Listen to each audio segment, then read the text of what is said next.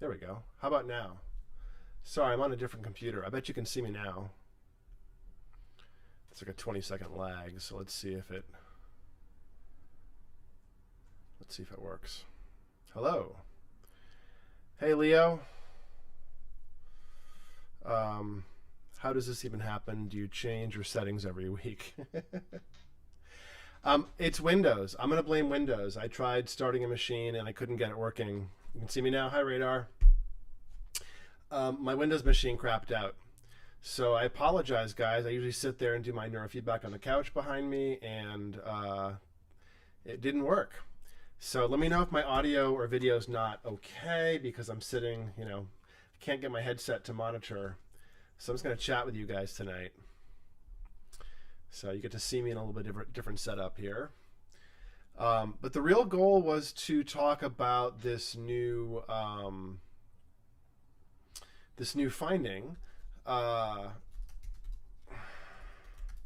me find the research.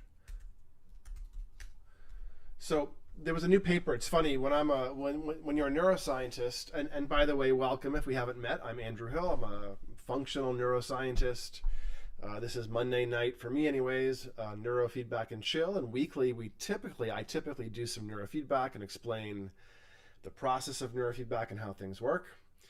Often some other biohacking topic, and tonight we didn't get to the neurofeedback because of technical difficulties, so we just get to chat. And the topic tonight is about this study that came out showing that lithium may be involved with the mechanisms of Alzheimer's. And it's not quite as straightforward as lithium treats Alzheimer's, but when you're a neuroscientist, everyone sends you papers. So they find a cool paper they think is interesting, and they send it to you. So this one qualified as the mom sends it to you kind of level of interest. So once my mom sent it to me, I thought, okay, let me talk about this one on the show, on the weekly live stream. So where did your chats go, though? Let's see. There they go. It's sort of working. El Chad says it's sort of working. Only audio and left. Only one audio channel, really? That's interesting. I wonder why. Only one audio channel. Let me see if I can change my audio settings in any way. Let's see. Do I have any? I don't have any change over my audio input. I just have two audio captures popping up. Says you added a browser source, set the URL to the page you'd like to display. Why did I add a browser source? Let's get rid of that. This is not a computer I usually remove. This is not a computer I usually sit at to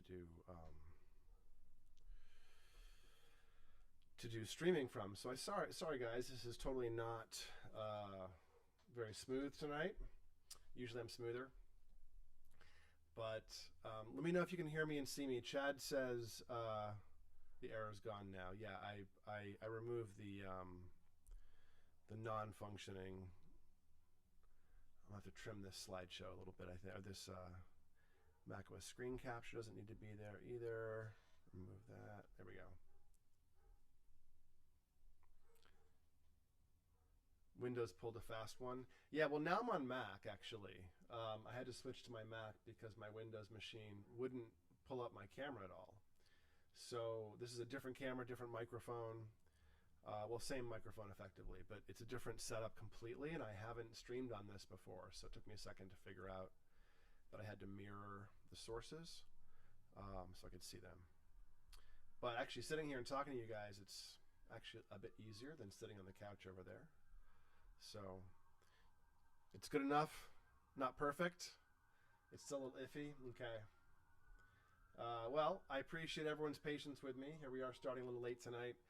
Welcome to Neurofeedback and Chill, Sans Neurofeedback. And so tonight we're going to talk about lithium and Alzheimer's. And there's been a paper that came out not too long ago.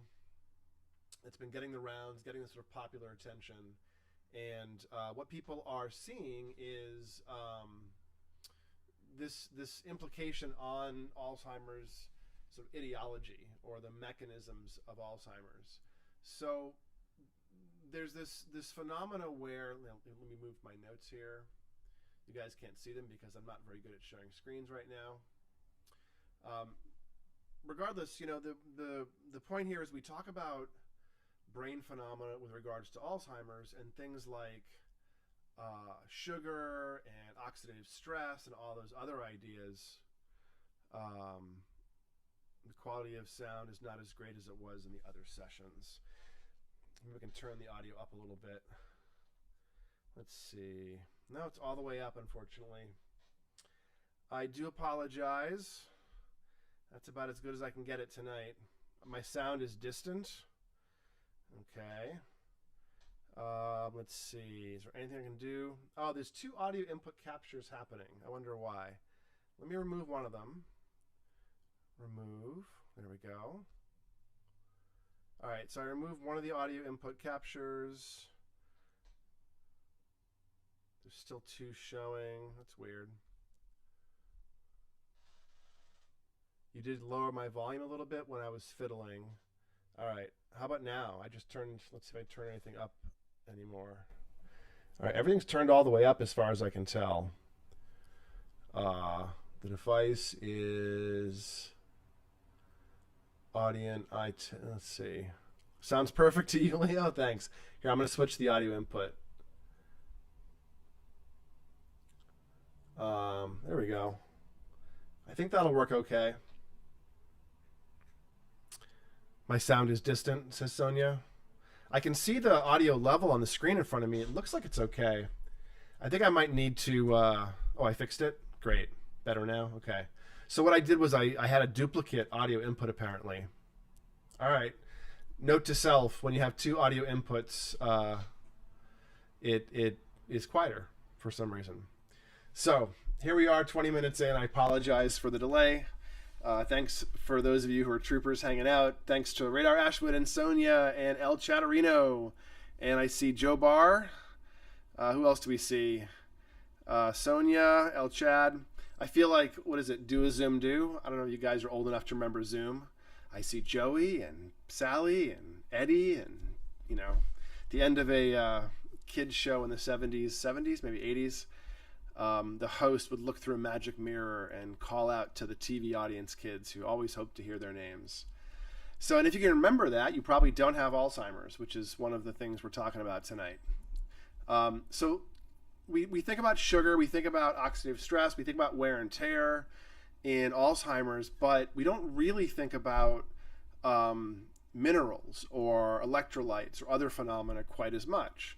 And there's been a little bit of a study recently showing that lithium in the brain changes in features of Alzheimer's.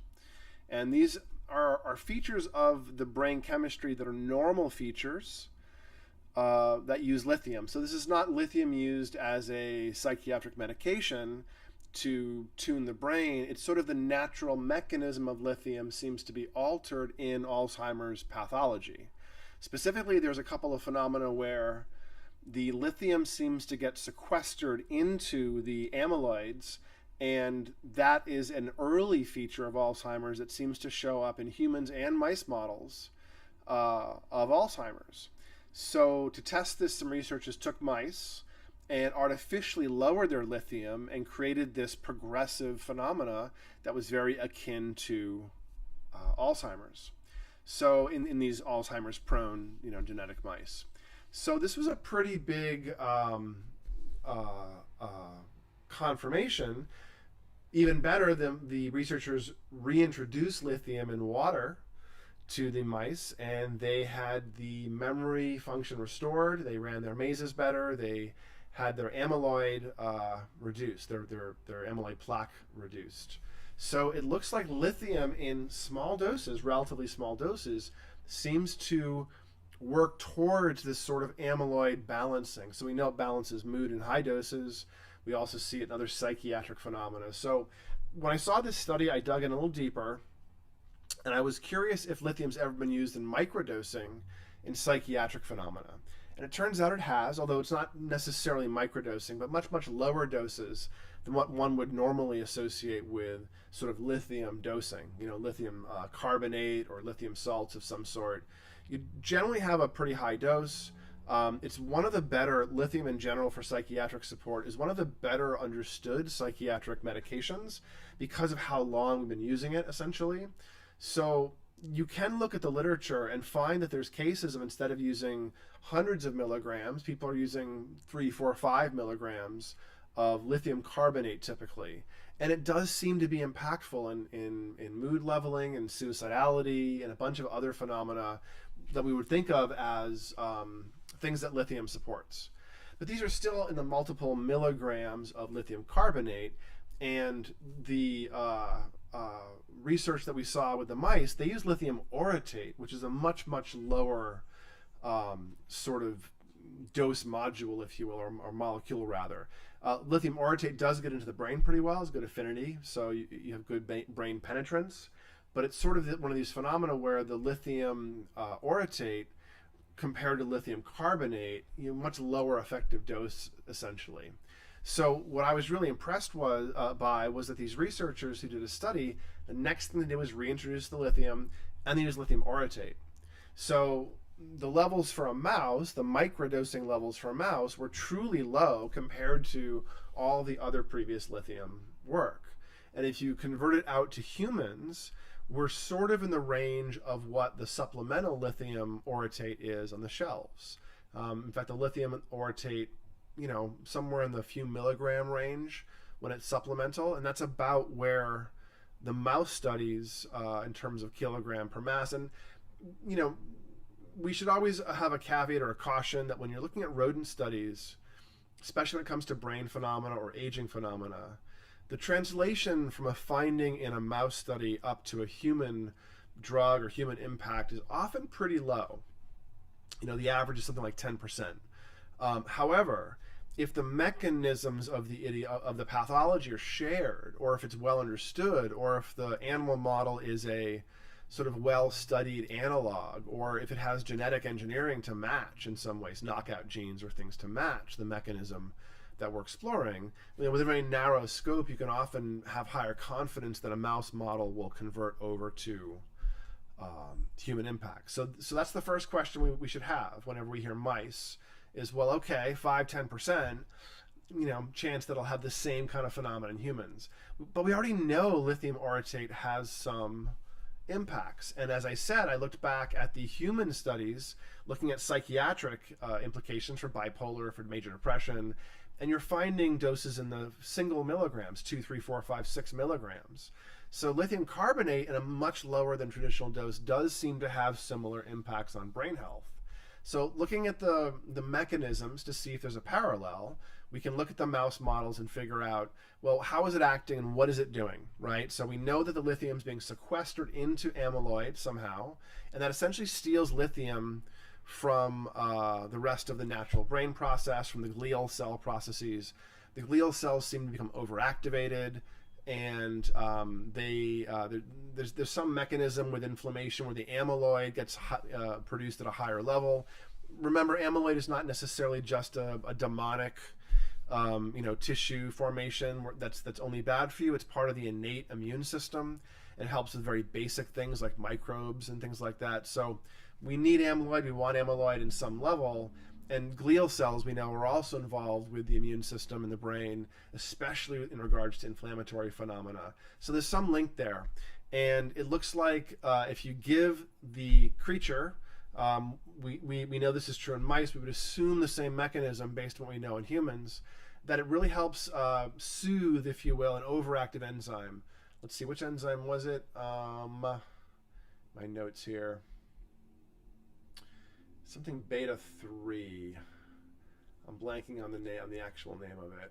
GSK-3 beta. So GSK means it's probably one of the copper ones as well. So there's this overactive enzyme, and when it's hyperactive, it causes, or contributes to amyloid plaque buildup and tau tangles. And if you give lithium orotate to mice, you have a reduction, a dropping of that enzyme, and a regulating of that overproduction. You also create a soothing, if you will, of the glial cells that are overactive, creating more of an immune sort of activated environment. So it does look like lithium balances this sort of autoimmune kind of activation phenomena that we see as an oxidative stress event, essentially. So really interesting stuff. It does suggest that in humans, if you boost lithium before you have degradation, you may be able to offset dementia. Now, this is not medical advice. I'm a neuroscientist here and trying to educate you. But the goal would be to learn from this and kind of build this into your strategy, just like you might other biohacking phenomena. You know, you might decide to really work on apnea or sleep quality phenomena because you know those are really important. Or maybe you had a lot of wear and tear in your brain, so you're going to work some of those phenomena out with HEG blood flow training and a good omega-3 roster. You know, this becomes another tool like that. If you think you have any significant incidents in the family or likelihood for Alzheimer's, well, you should probably do a few things, including paying attention to the stuff we already know, like if you have APOE 4/4 status, higher amounts of starch and sugar and things are likely going to accelerate problems. And if you have an APOE 2/3 status or something, then you can probably not worry as much about sugar.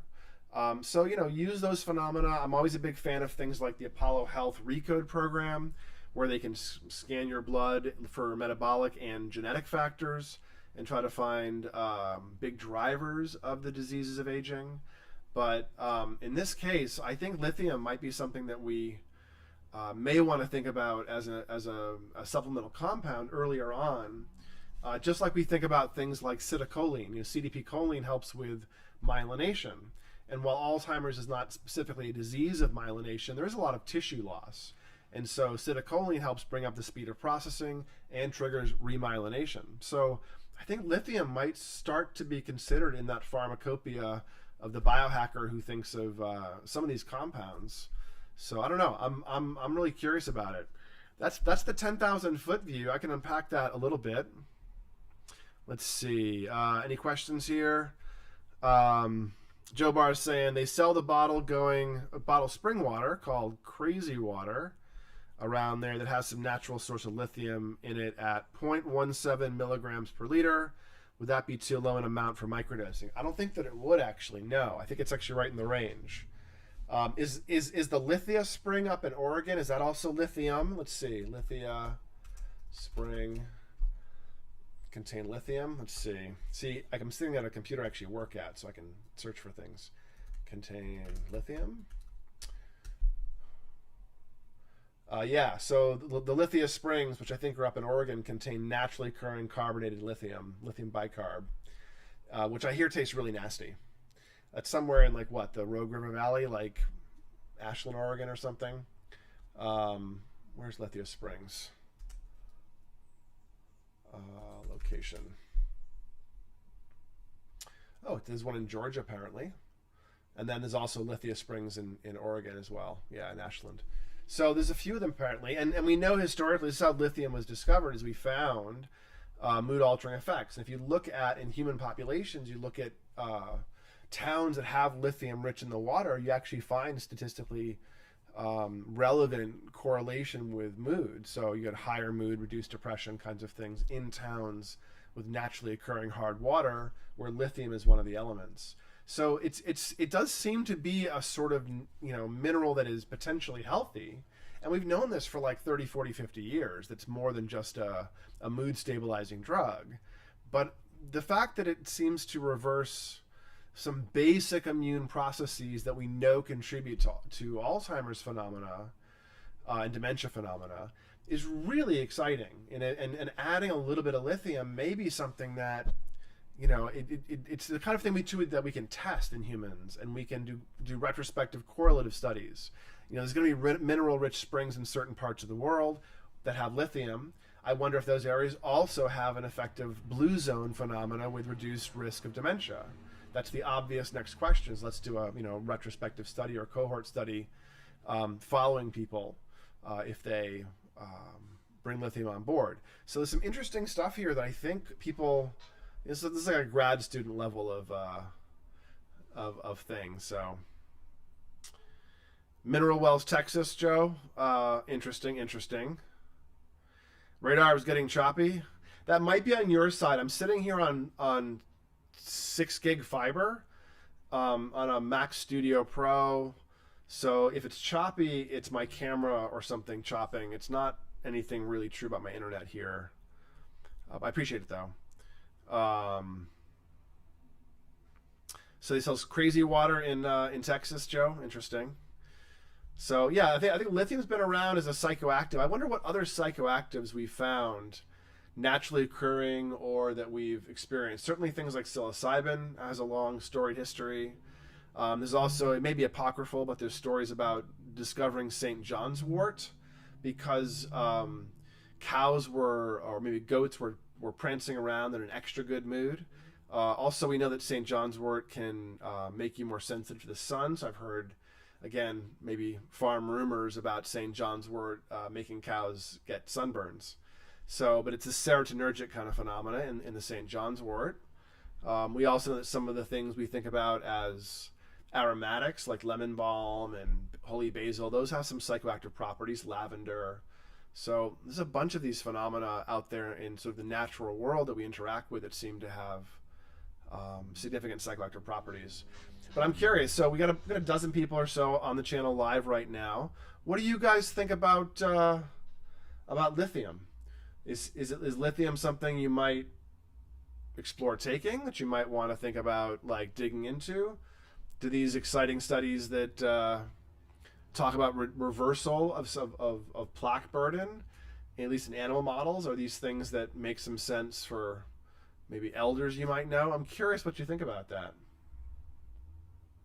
So give me a shout. Let me know what your thoughts are about these compounds. I'm also curious in general how much you guys use studies to drive your sort of supplement regimens and your perspective on medications and other sort of strategy here. Like, do you actually biohack with the science? When you read a new paper, you're like, oh, that might be worth trying. And do you experiment, or is it more that you accumulate the sort of knowledge and every so often you have the something you want to implement? So Radar is telling us that lithium, I tried lithium and it made me feel weird. How did it make you feel? I'm curious. Joe Barr is saying, would lithium have an effect on a QEEG? I'm sure that it would. I'm not sure off the top of my head what the EEG effects are. And I'm not sure how much orotate, let's see, lithium, orotate. Let's see what its half-life is. Because remember with QEEG, things have about a 5 half-life. The rough rule of thumb is 5 half-lives for impact on the EEG for psychoactive substances. So it looks like the half-life of lithium itself is around 18 to 36 hours. So that means the half-life of lithium orotate's about a week for EEG, the 5 half-lives. Lithium orotate in the serum cleared out quickly within 24 hours. Brain lithium concentrations remain elevated. And it looks like the orotate carrier may facilitate brain entry. It's a renal elimination. Lithium orotate may be less toxic to kidneys than lithium carbonate as well. And that may mean that it clears more slowly, actually. So we don't know the half-life, but we think it's somewhere around 1 to 1.5 days. And that means we're talking a week before it doesn't show up in the EEG. But I don't know how much it shows up. Let's see if PubMed can tell us. Lithium orotate EEG. It has to have some impact. Doesn't off the top in PubMed. So I mean that's a self-experiment you can do, Joe. It's an easy thing to test. Or anyone who likes lithium or is thinking of taking it, you could always dose on and dose off and do a QEEG. It's an acute enough substance you probably can see it, is my guess, with a short washout, 1 half-life or something, and then take it again. Sodium levels. Radar Ashwood sharing that it definitely affects sodium levels. Did you feel bloated or did you dehydrate? Was it like making you retain water or did it make you pee a lot? Radar, I'm curious.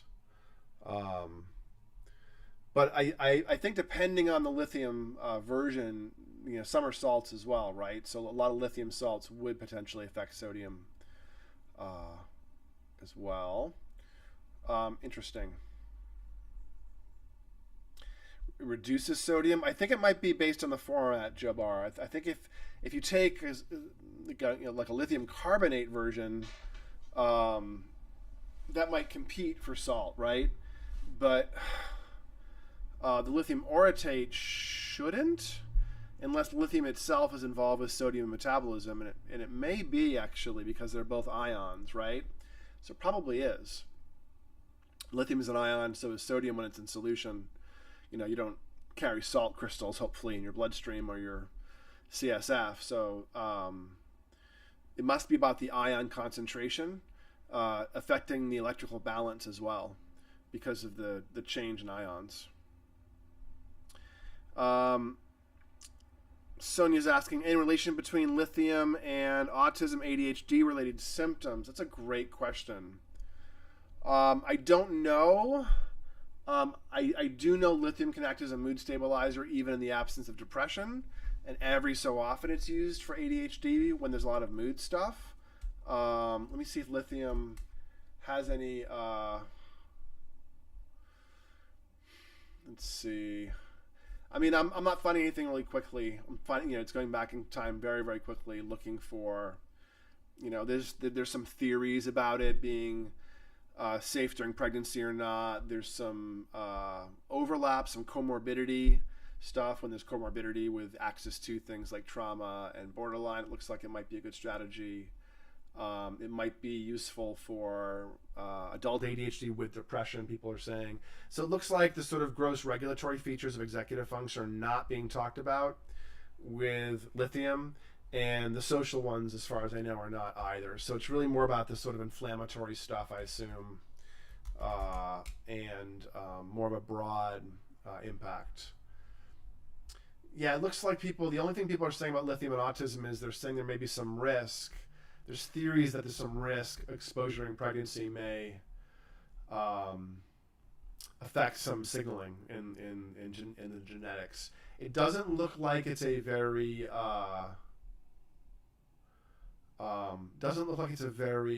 strong association. Aha, here we go though. Here's a drug called lithium cholesterol sulfate, a novel and potential drug for treating Alzheimer's and autism spectrum disorder. And this is, again, referring back to some of the same research. It talks about how there's been research studies showing impacts, but classic lithium, carbonates require too close monitoring. And here's another form called lithium cholesterol sulfate, which they synthesize because it's easier to dose, basically. And they did cell culture work. Let's see, conclusion. So p-tau levels were not altered by, but it did reduce tau phosphorylation starting at 10 millimolars, micromolars. So there's some impact, it looks like. Some of the oxidative stress markers, which is also GSK3 beta, in autism as well as Alzheimer's, there have been some cell culture studies, it looks like, showing there's an impact on those sort of activated, I'm calling them inflammatory, but it's much more complex than that. So yeah, apparently with autism there is some theory that you can get some impact there. I don't know of any studies though, and this is a cell culture study, and there's a rat model of autism I'm seeing an old study on as well, but I'm not seeing much in terms of treatment likelihood. I'm just seeing a lot of theories that lithium in drinking water may be one of the factors driving autism incidents, but I don't think it looks like a very good set of theories there. So Sonia's saying, any relation, okay, so Radar Ashwood, if it stabilizes mood, does that mean it reduces paroxysms? I don't know. I'm not sure it's that direction. I think if you have mood issues because of paroxysms, anything that reduces the paroxysms will improve your mood. But I don't think that lithium is anticonvulsant in that way, except that inflammatory things, glutamate activation, etc., are pro-seizure. So, it seems like it's on the right side of things, more inhibitory, more soothing, if you will, but I don't know. I wonder if lithium has any impact on seizure itself. Let's look it up. It's just not a drug or a compound I know a huge amount before this recent paper set I've been digging into more about aging. It looks like, again, I'm mostly seeing, here's a review looking at what's its role in epilepsy. Studies have highlighted neuroprotective, neurotrophic actions in lithium in ALS, Alzheimer's, hemorrhage, and epilepsy. Interesting. Of note, the past reports exposed its non-specific pro-convulsion action, followed lately by numerous studies for anti-convulsant action. Okay, that doesn't make a lot of sense. However, the exact mechanism of action of lithium for any of its effects is still largely unknown. It's a paper by, I'm going to butcher their name, I'm so sorry, Dr. Sri Bojja, B-O-J-J-A, out of Dr. Shamalamudi Rao's lab, it looks like. And these are researchers out of the Manipal Academy of Higher Education in India. So got some good research here showing that, reviewing that it seems to both have pro-epileptic and seizure control. So yes, apparently, Radar Ashwood, there are some anticonvulsant impacts. But I don't think that it's well understood how the seizure phenomena and the glucagon synthase kinase 3 beta, I don't know that it's understood well. So I think you're probably looking at some sort of like energy metabolism / inflammatory mechanism. And I'm sure somebody who gets much deeper into the sort of microbiology of seizure, organic chemistry almost of seizure, would have more ideas. But yeah, apparently it probably does reduce, but it's probably very dose specific if there's pro-epileptic and anticonvulsant action in the same molecule. So there's something there. Radar's also sharing lithium carbonate is taken at such high doses that I could see being dangerous. Lithium orotate at lower doses. Yeah, exactly. And even if you do the conversions, you know, the effective doses are much, much lower. So like a 5 milligram lithium orotate is like a, 1 milligram or something, 1.5 carbonate, if I'm doing the math right. Don't trust me on that. But the point is, like, we have fairly low dose lithium, and it may be something that has broad regulatory effects. So while I don't necessarily think it's one of those things that everyone should take, if you're struggling with, a bunch of phenomena, not ADHD per se, but like any of those inflammatory phenomena that seem to be degrading tissue, and we have Alzheimer's, ALS, even seizures now in this list, it seems to be a useful molecule from an anti-aging and pro-health perspective. So I'll look more into the research on this and try to figure out, why it's doing this and how it's doing this. But you guys can let me know what you're thinking about lithium now that you've seen some of this research. I think I linked most of these studies in the notes already, and I'll go back and link any that I missed later on.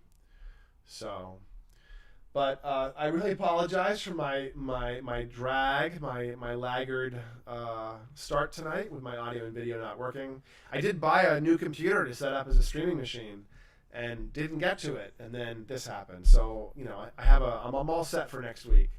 Maybe I'll do some more short videos for you between now and next week on my new computer as well. So, but yeah, let me know what you guys want to see for this live stream. As every week I try to do some neurofeedback and talk about some particular topic. Do me a favor and like this video or another one. Subscribe to the channel if you haven't, if you like this kind of thing. I promise that only 1 out of every 20 or so is this rough of a start. Usually I'm better at getting up and running. Let's see.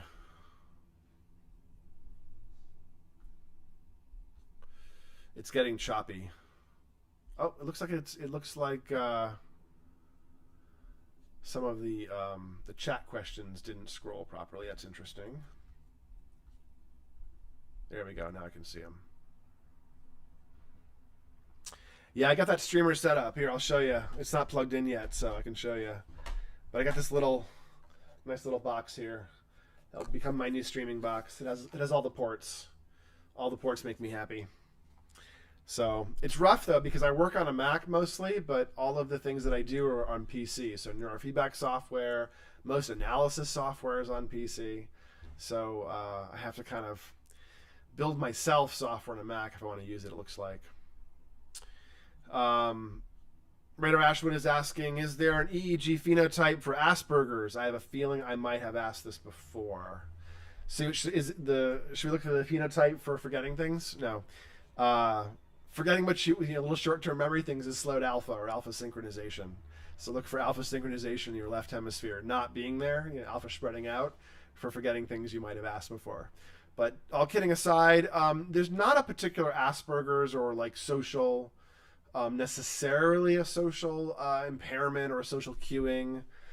It's also many, many different things in autism. There's 4 or 5 or 6 or 8 different flavors that all may co-occur or not. I will say, though, that you usually see several things coming along with a brain of someone who has a diagnosis, including often behind the right ear, you have this whole cluster of tissue, the right tempoparietal junction, the TPJ, the surrounding tissue, the fusiform face area.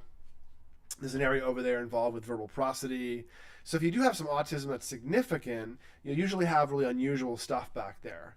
But you can't look at that phenotype of, let's say, hot beta, low alpha back there and know that someone doesn't have good social features, social processing, social cueing, etc. They might be exceptionally good at it, just unusual. So having a lot of social anxiety but being very socially intact can look really similar to having a social input, social and sensory input area that's flooded and overwhelmed by the input. So yes, there is a QEEG phenotype, but it's not specific to the diagnostic criteria of autism, but you might see it in autism, you might see it in social anxiety, you might see it in misophonia, because it's involving that sensory and social integration tissue. So it's at a level below that of the diagnostic category. Let's see, is there a little mini that should do good for a lot of things? I'm not sure what you... Oh, the computer, El Chad. Yeah, exactly. It's just fine.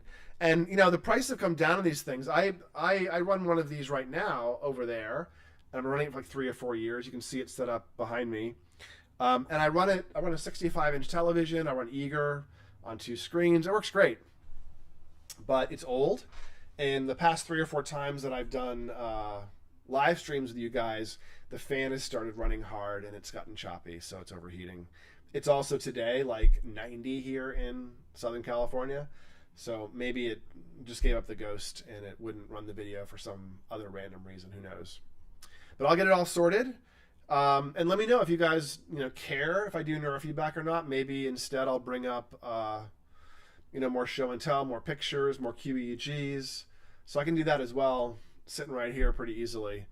Now that I know how to run the OBS on this Macintosh and have all the inputs properly set up, then I can do it for you. So I promise I will, at the very least, be a little smoother starting next week. So guys, do me a favor, like the channel, subscribe to the channel, like the videos, share them with your friends. Do me a favor and ask questions, engage. I'm trying to really get the word out that we have a lot of educational resources available in different areas, but I also want to know what it is you want to see. So if you've gotten something out of a video or 2 or 3, let me know what it is so I know that that's a useful one and I don't just go based on the viewer counts. If I went based on viewer counts, what you guys all want to know about my viewership is you really want to know about brainwaves. I did a video called Decoding Alpha. It was still a live stream, but I titled it Decoding Alpha, and people keep watching that one. And then anything that I've done, which is mostly on other people's YouTube channels, talking about psychics and what happens in a psychic brain. People eat that up.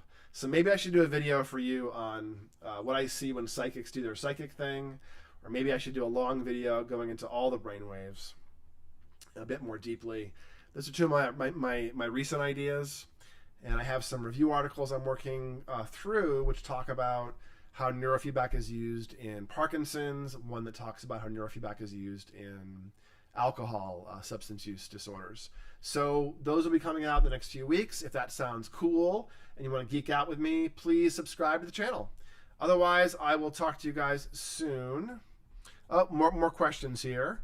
Can a kid, from Sonia, can a kid doing neurofeedback not look at the monitor at all and instead play a game on a cell phone? So you don't need to look. Having the audio-only feedback will work, not quite as well, but almost as well. But you shouldn't have competing video and competing audio. So what I'd recommend is if you need a kid to watch something or do something, give them, static stuff, cards, books, writing, that kind of thing. Otherwise, I'd recommend that you use a media player as your feedback and run their video through that. If you have like Zucore Media Player, you can actually run Netflix or YouTube right through it. Now, again, I don't think it works quite as well as more static, simple rewards, but I'd rather you do that and have the kid sit there than not get the training in. So, it's kind of a toss-up.